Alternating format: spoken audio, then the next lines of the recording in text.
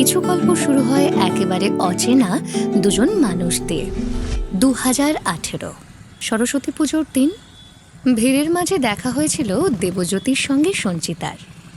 না কোনো পরিচয়, না কোনো অনুভূতি, শুধু একটা সাধারণ মুহূর্ত, যেটা তখন খুব সাধারণই ছিল।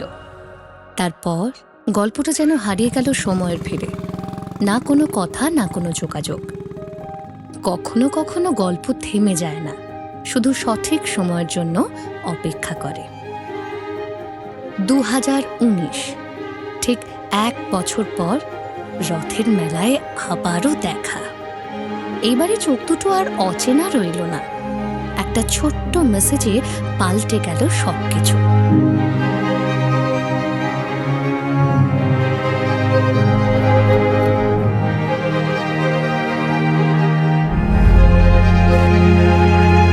কিন্তু গল্পটা খুব সহজ ছিল না।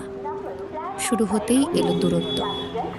মাত্র 1 মাস পর নার্সিং পড়াশোনার জন্য সঞ্চিতা চলে গেল অন্য শহরে, আর ফটোগ্রাফারের ক্যামেরায় রয়ে গেল শুধুই স্মৃতিগুলো।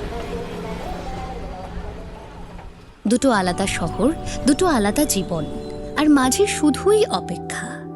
দূরত্বেও ভালোবাসা বাড়ে, তা প্রমাণ করেছে আমাদের এই ফটোগ্রাফার বাবু আর আমাদের নার্স দিদিমণি। চলুন এই গল্পই শোনাই আপনাদের।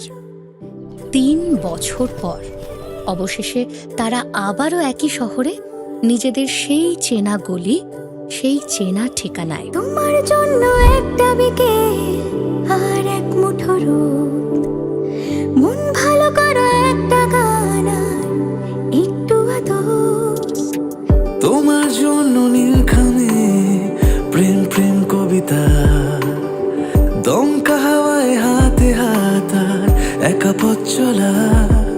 আমি চাই না হাজার তারা, ভালো থাকি না তোমায় ছাড়া। থাকো এভাবেই সারাটা জীবন। কিছু গল্প লেখা থাকে শুধুই সময়ের অপেক্ষায়। একজন ফটোগ্রাফার, একজন নার্স, দুটো আলাদা পথ, শেষে এসে মিশেছে এক ঠিকানায়, ভালোবাসা। তুমি আমারই, তুমি আমারই।